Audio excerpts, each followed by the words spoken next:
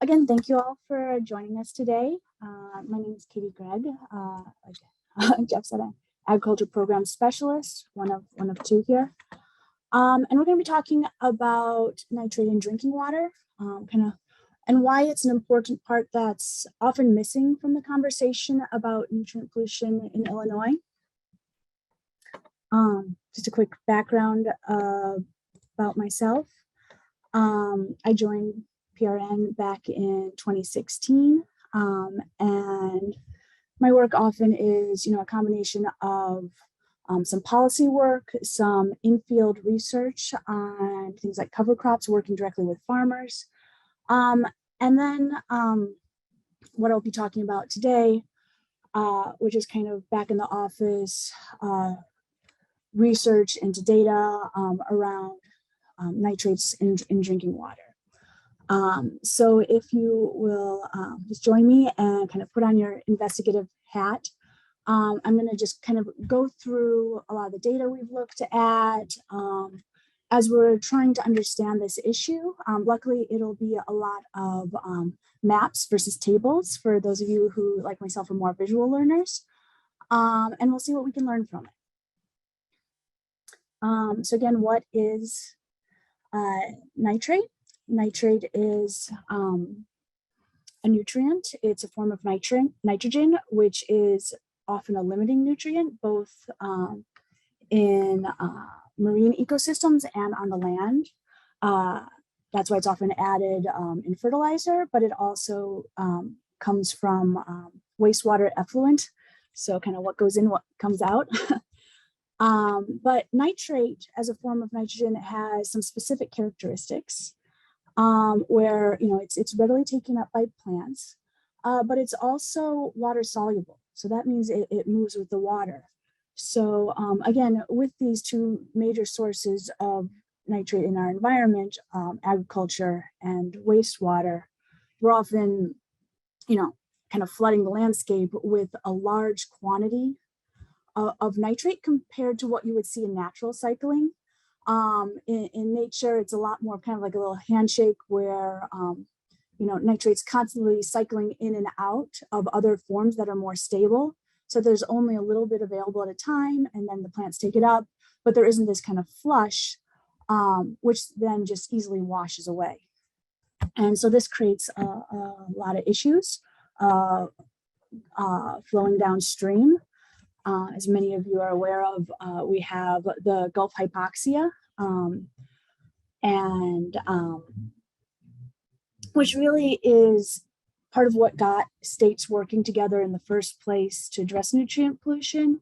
Back in 2008, the US EPA asked states in the Mississippi River Basin to create their own nutrient loss reduction plans so that they can reduce nitrate, but also phosphorus by 45%.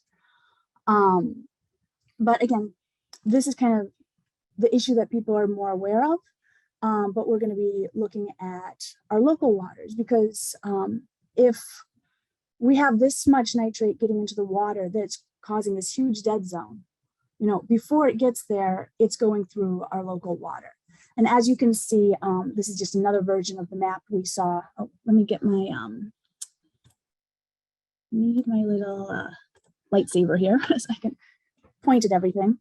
So as you'll see here, this is looking at kind of where is nitrogen coming from these watersheds, and you see Illinois has a lot of dark red. We produce a lot of nitrate that goes down to the Gulf. I believe we are something like 7% of the water, but 20% of the nitrate. So that's a lot.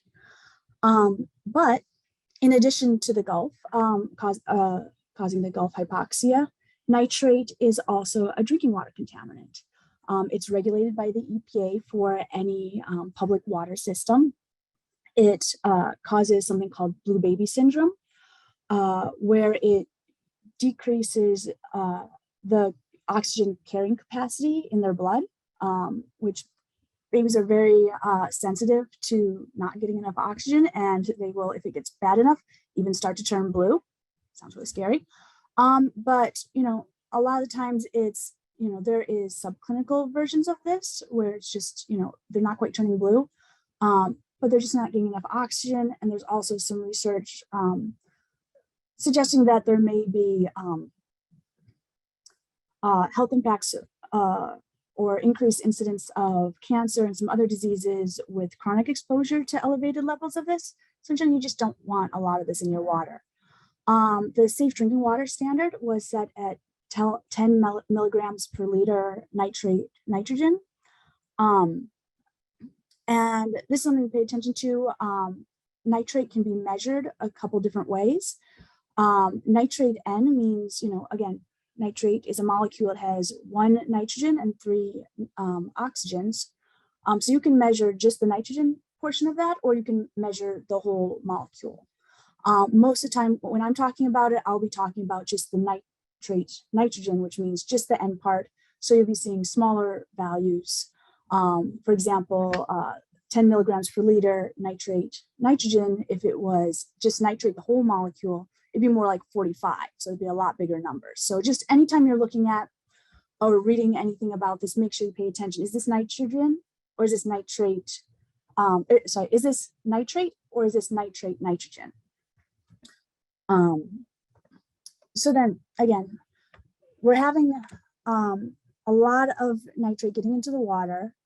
But again, this is surface water that we're looking at here. That's what's flowing down.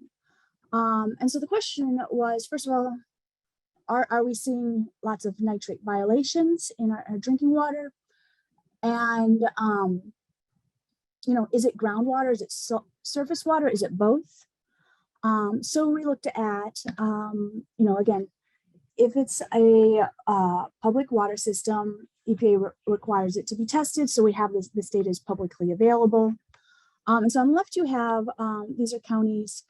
And here you kind of have the number of violations they've had for nitrate. So darker red is more violations in that county. And over here on the right is groundwater violations. And you can see there's actually a lot more counties with groundwater violations, which, we'd only really been hearing about it as a surface water issue. The other thing that's interesting is that, this is looking from 1980. This is kind of like all the data that's out there. But if you look at more recent data, you'll actually see some of these disappearing. And you think, oh, it's getting better. But actually, what most of the time is happening is once a community's water is getting close to or over the safe drinking water standard, they're required to purchase a nitrate treatment facility. And so you'll see them disappearing, and then we'll see new ones popping up.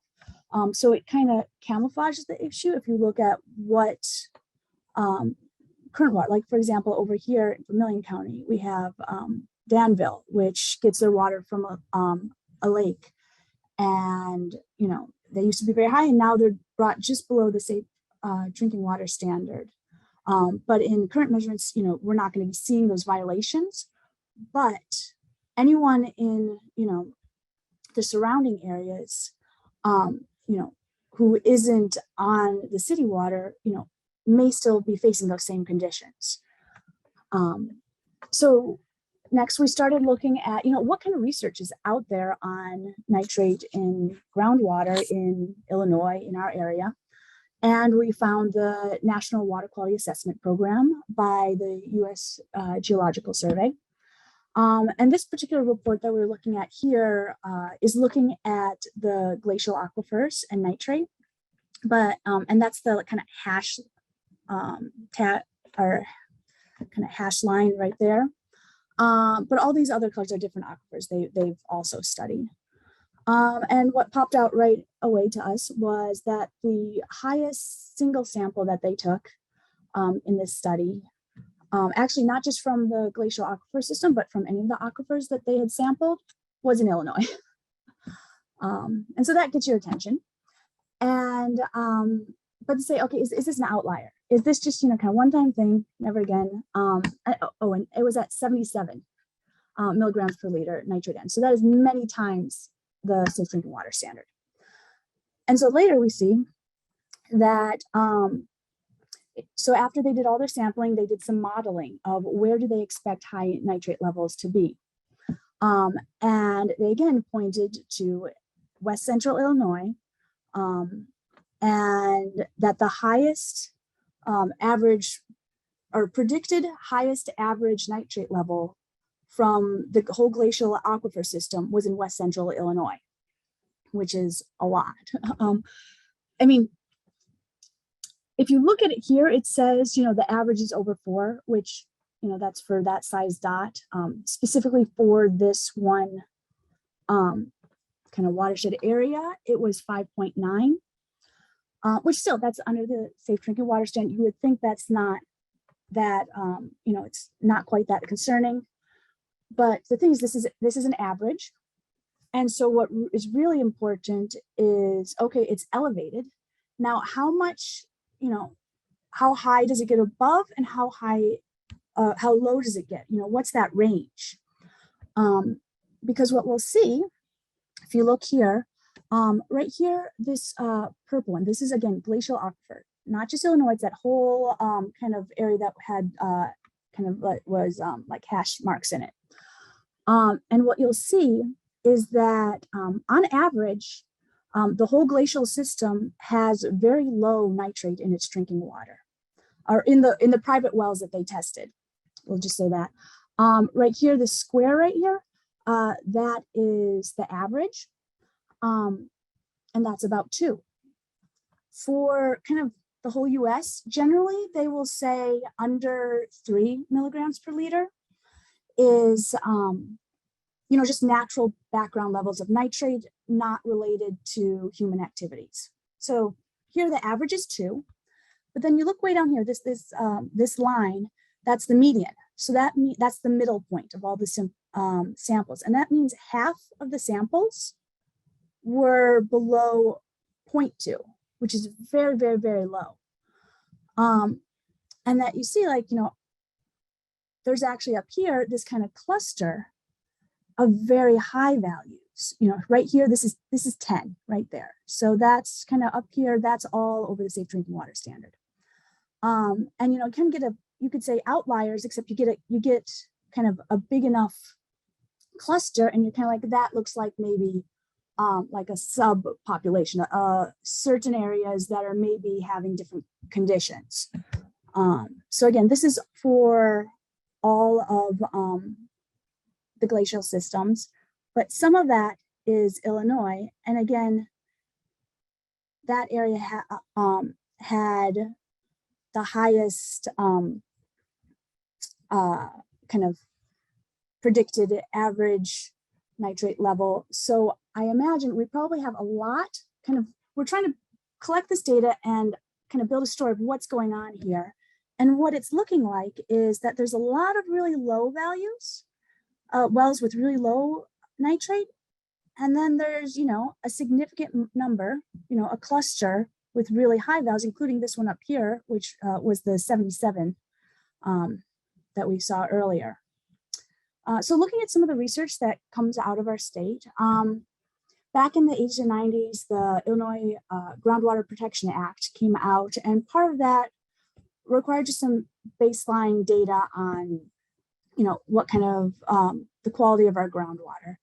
And so they were going to do a survey of nitrate and agricultural chemicals, so pesticides, in rural private wells.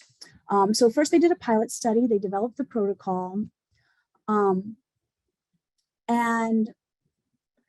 they found some of these similar trends where, okay, we have some counties, Piatt, 0. So none of the wells they tested there were over the safe drinking water standard. Livingston a little more, but then you see Mason, Kankakee, Effingham. Effingham had 40% of the wells they tested were over the safe drinking water standard. That is a very large percentage. And part of why it's important that we look specifically at private drinking wells is that they tend to be much more vulnerable to nitrate contamination versus your city water. They tend to be more shallow, and people, they're not required to be tested. People may not even know they need to test their water for nitrate. And so knowing what the quality of water is in them is particularly important. And then you see kind of the average for all these counties that they looked at. They tried to look at a range, was 18% of the wells they looked at were over the safe drinking water standard. This kind of was in line with what Iowa did, a full study. It was like 600 some wells tested, and they had a similar 18% of the wells they tested were over the safe drinking water standard. And then just, it kind of, again, is in line with national statistics of about 20% of shallow wells, which private wells tend to be, are more likely to be shallow, are predicted to be over the safe drinking water standard.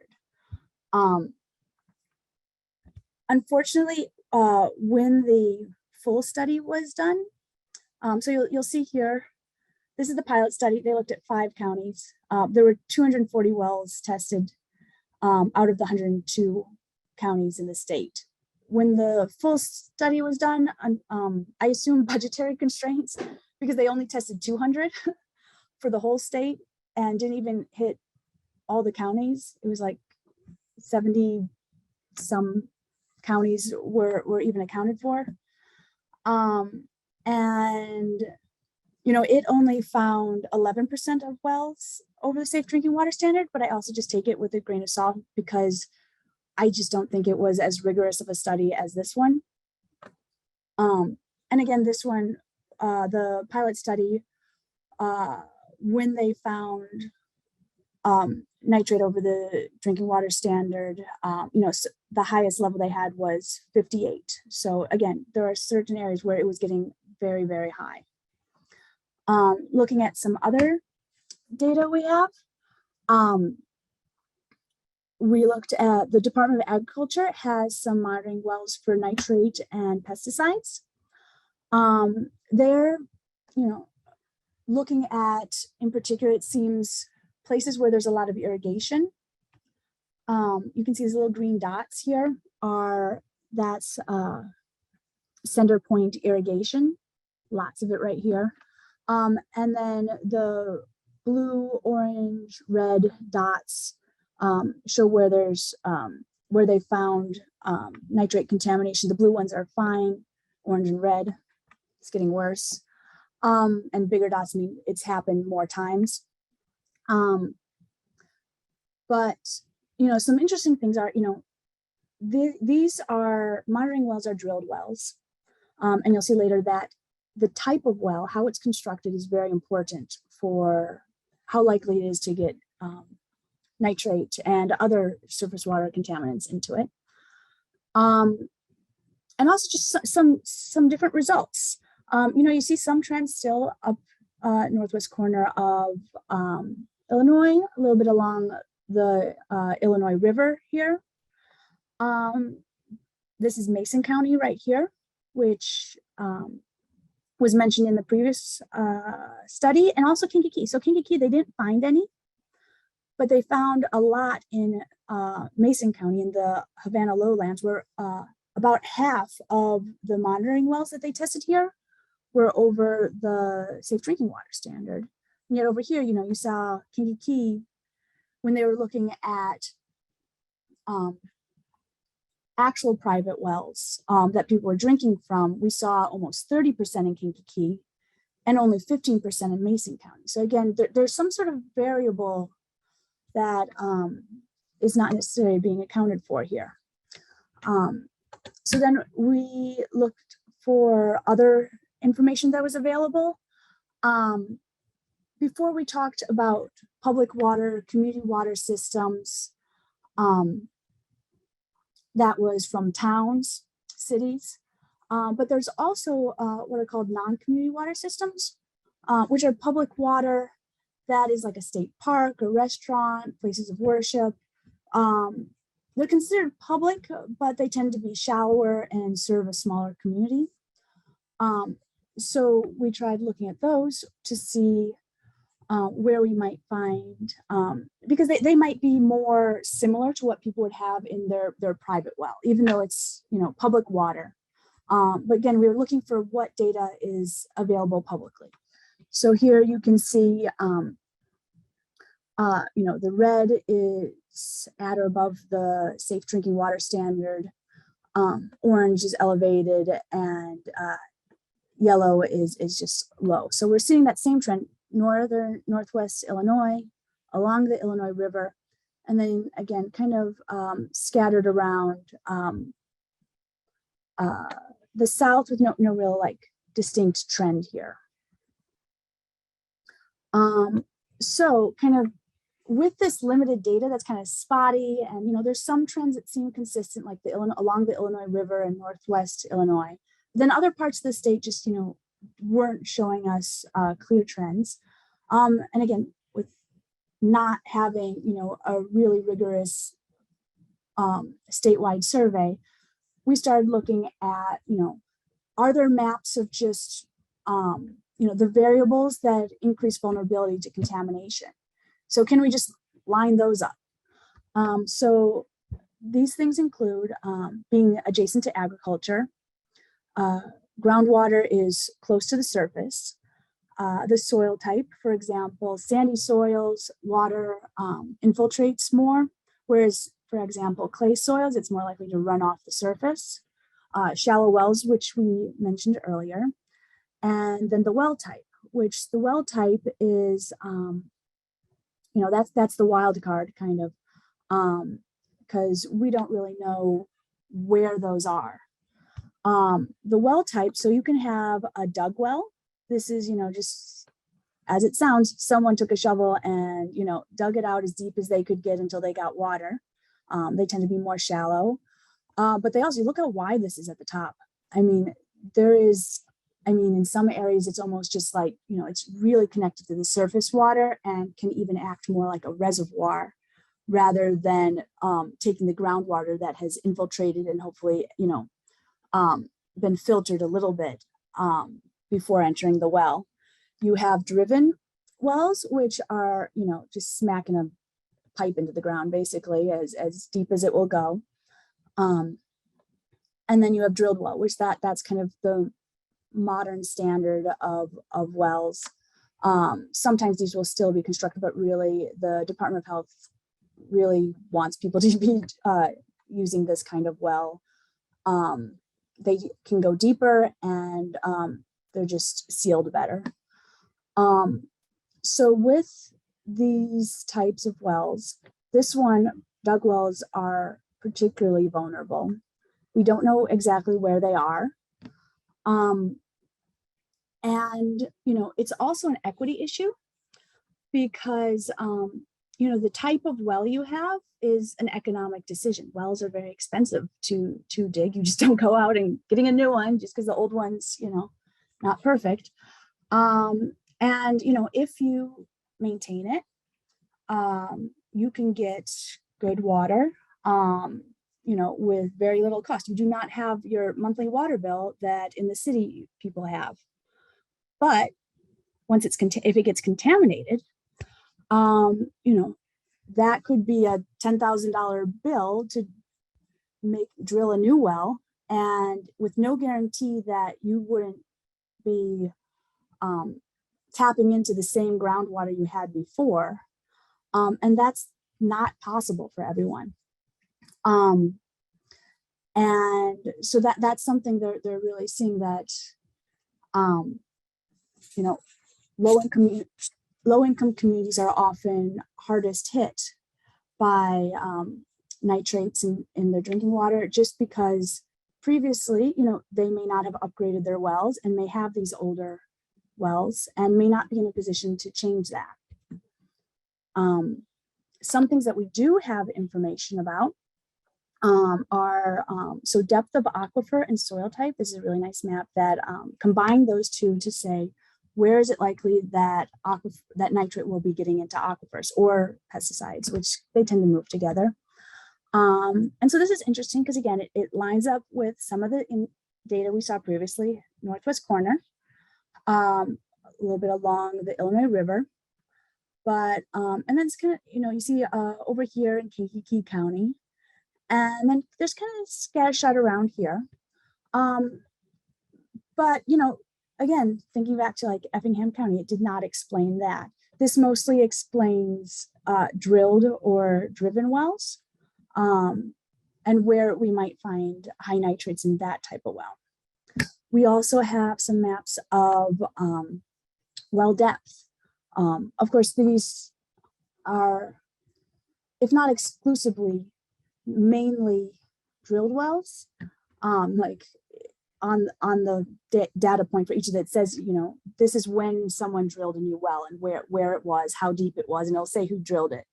A lot of the again, dug wells, driven wells, it might have just been the farmer or, whoever was living there who just, dug it, decades ago. But interestingly, what we're seeing in this map is a very different trend than what we saw before. Before we saw northwest corner along the Illinois River. Here, that's not where we're seeing the red. The red is the shallow wells, less than 50 feet. And here we're seeing it in the south. And what we're learning about this area is that there often actually isn't a lot of groundwater available to kind of drill into. And that many times, you'll really just be getting surface water that is infiltrated very shallowly, and that's just what's available. And that oftentimes this is where we'll also find these older dug wells, because again, they were basically it was more like a reservoir for the surface water because they didn't actually have groundwater to tap into. And you'll see, I believe Effingham, gosh, I have to remember where it is. Effingham's right around here. I can't remember exactly. But again, in that area where we saw lots of dug wells. So kind of what are we doing with this information? First of all, we're just starting off with kind of education and outreach about the importance of water testing. This is an issue that anyone with a well needs to be testing their water for nitrate and also bacteria every year. And unfortunately, just people are not very aware of it, pretty much across the board. So we've been offering some free test strips. And then also, we've been starting now to, as we've gained some of this more information, seeing if we can't target, specific projects in areas that we really suspect having more broad scale high levels of nitrate. There are a couple kind of confounding variables that we're running into. First of all, again, dug wells. Like, we don't know exactly where they are. It seems like there's maybe some more in the south, but that's a place where we tend to find very high levels of nitrates. And it's just like a wild card. It can kind of show up almost anywhere, it seems. And then the second issue, again, goes back to economics and accessibility, and that, people with more resources just seem to have more information and be more connected to resources about, maintaining their wells and well testing. And so when we offer free testing, we are seeing getting more people who have drilled wells and deeper wells, often even over 100 feet, signing up. And so the challenge is to how can we better target people with dug wells and the very shallow wells, which are most vulnerable. And then really going to the big picture, we really do need a comprehensive, more rigorous statewide survey if we want to find where the issue is. We have, a lot of technical expertise in Illinois. We're very lucky in that way. We have the Illinois State Water Survey with hydrologists. And then we also have our local NAS office from National Agricultural Statistics Survey. So they have field staff that can go out and take the samples. They also have statisticians to help design a rigorous study so that we can, use the results to say something statistical about, what we found. But the stumbling block has always been funding. And, our agencies, several decades, have been underfunded, understaffed, and don't have that funding right now to do. Interestingly, though, we've been finding that there may be some grants through Illinois EPA that are available to nonprofits that we could then almost then contract back with the state. It's kind of, creative financing of how can we get the money back to the state to do this? But that's some of the possibilities we're looking at. And then we're also talking with other states, particularly Wisconsin, Minnesota, who have really been focusing on the drinking water aspect in their state nutrient loss reduction strategies. Illinois has not been focusing on that. With the whole strategy, we don't even have a representative at the table talking, representing drinking water issues, which is a problem. And so again, looking at the big picture, US EPA just released another memo, called Accelerating Nutrient Pollution Reductions in the Nation's Waters. It lists, several strategies, but most of these are things that are already going on. There is one note that, they do start finally talking about prioritizing projects that address drinking water contamination, which I'm really glad to see. But there really isn't much additional funding for projects. And so I don't really see it accelerating the nutrient pollution reduction as the title states. As you can see over here, this is from Illinois' last, 2021 report on their state nutrient loss reduction strategy. Here's our baseline of 1980, so 80s and 90s. This is where we want to go down here. And this is where we're going. We're going in the opposite direction. And, we're not necessarily, farmers aren't having, changing their practices for the worst. Wastewater plants are not putting out more effluent, but in particularly for agriculture, with climate change, we are getting more water. We are getting a lot more and a lot more intense rainstorms. And so the current practices are even less well suited for our changing climate. And this makes it just even more urgent that we make changes to our landscape. And so where,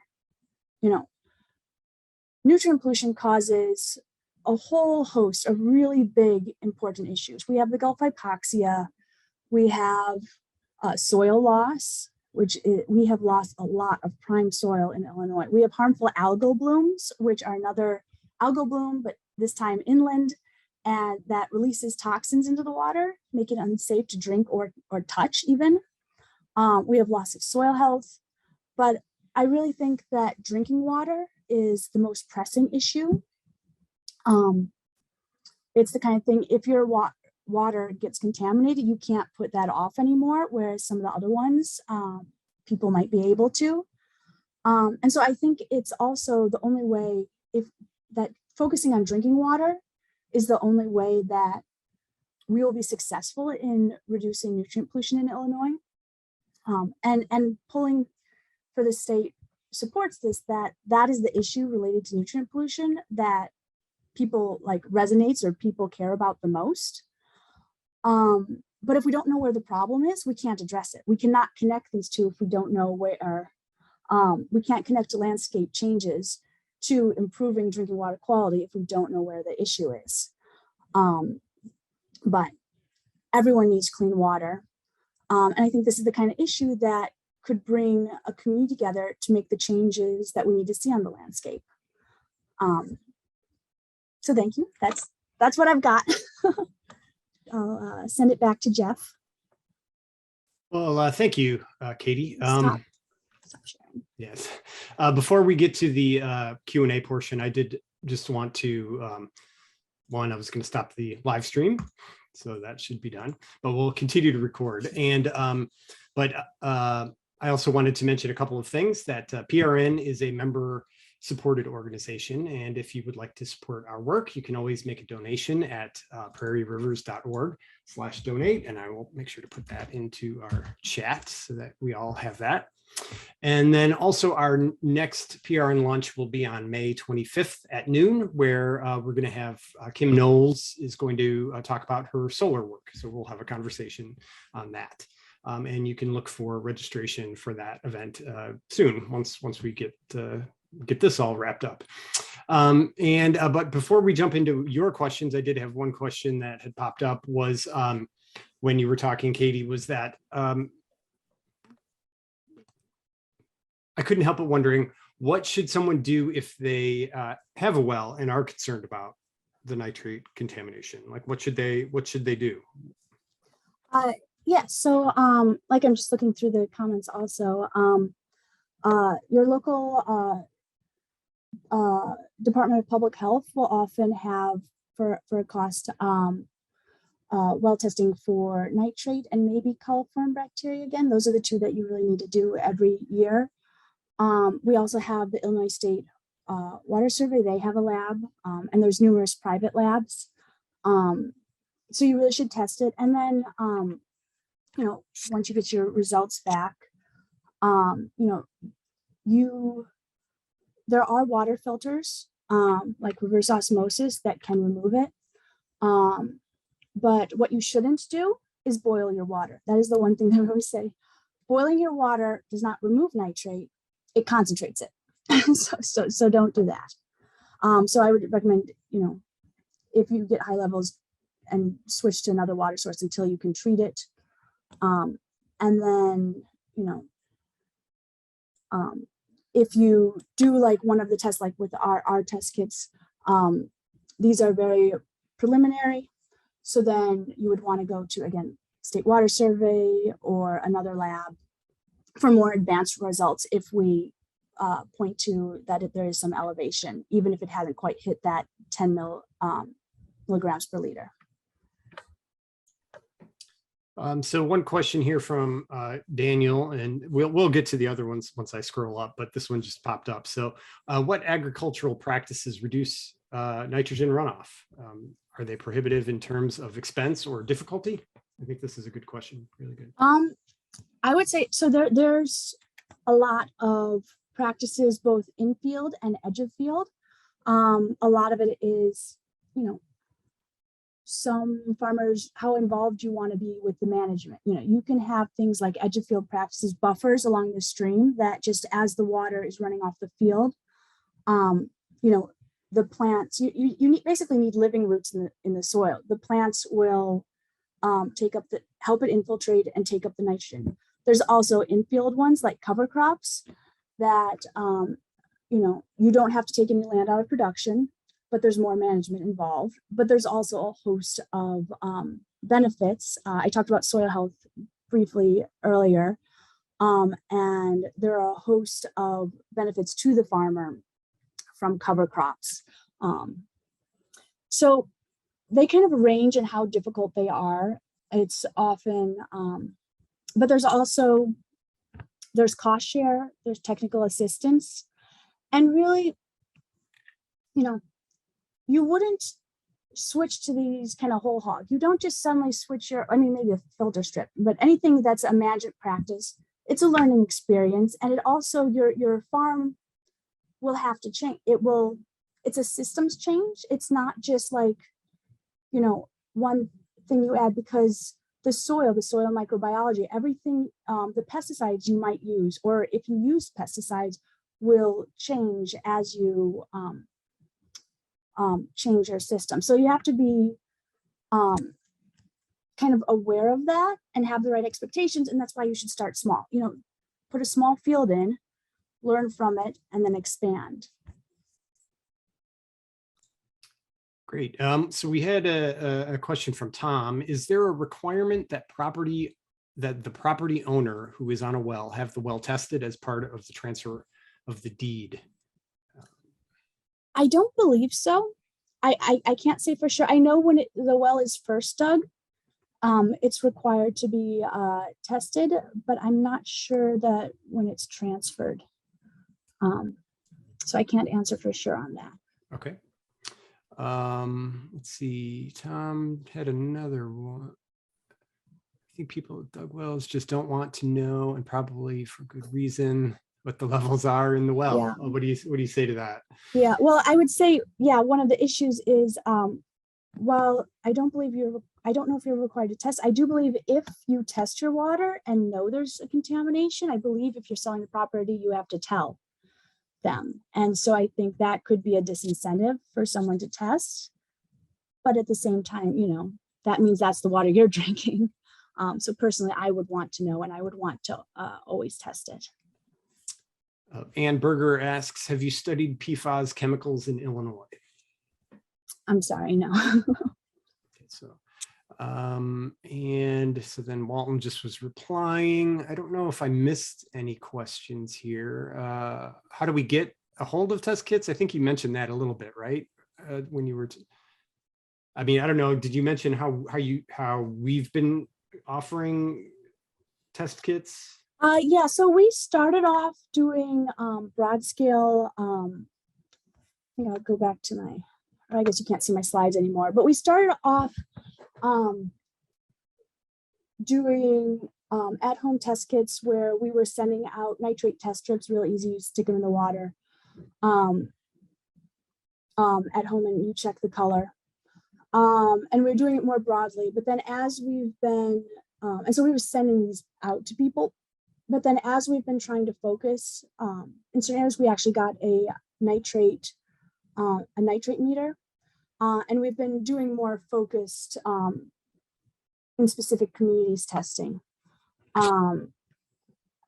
So my current recommendation would probably be checking in with the local health department or state water survey for their well testing is probably my best recommendation. You can try the home test kits. You can probably at your local hardware store would probably have one. What we did find is that they are less precise than we had hoped for, and so that's why we upgraded. But that is perhaps a cheaper option if economics are an issue for someone. And testing at a local lab is not quite in the budget for them, then I would at least recommend getting a kind of home test kit at a local hardware store.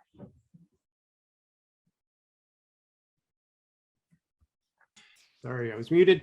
Charlene asks, because she missed just the beginning of the presentation, what are the health risks again, or symptoms caused by nitrates in drinking water? Could you just okay, so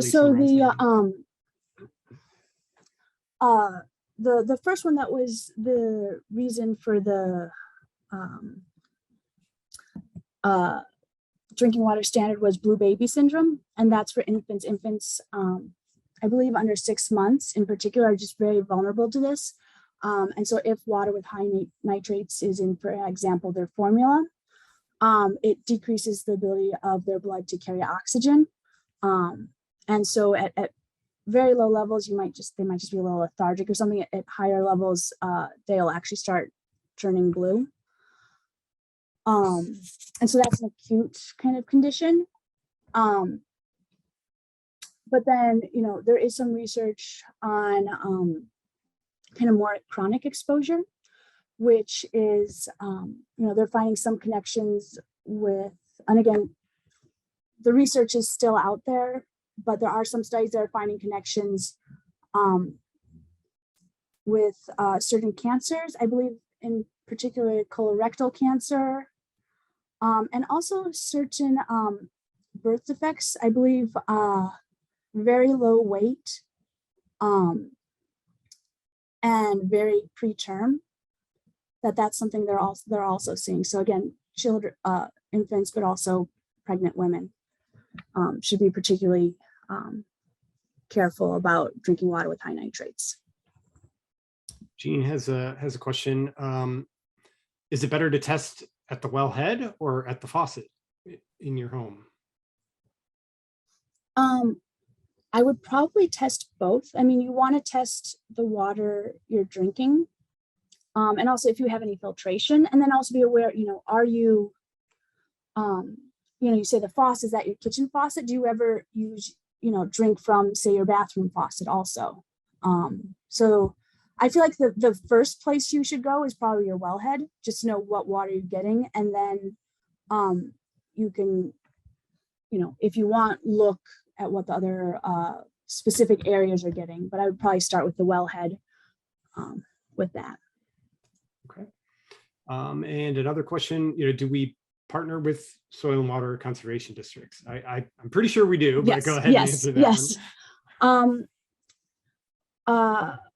We actually have them coming with some of our kind of workshops on nitrates that we're working on in Kankakee County. We have the local district coming to talk about their programs to kind of, as farmers are looking at what and rural residents are, what kind of nitrates they might have in their levels, and then connecting it to those practices that they can put on the landscape that can help reduce nitrate. Now, of course, groundwater is much more difficult than surface water in terms of,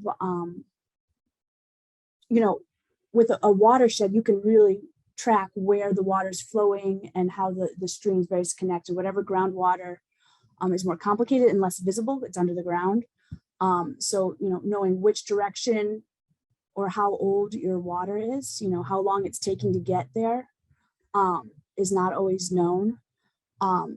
But you can kind of do wellhead protection where you make sure not to have certain things going on in the area surrounding your well as a first step. Okay, well, it seems like that might be all of the questions that we have for today. So again, I would like to thank folks for coming out, and again, mark your calendar, because on May 25th, we're going to have our next PRN Lunch Series event. So thanks everybody for coming out, and we will see you next time.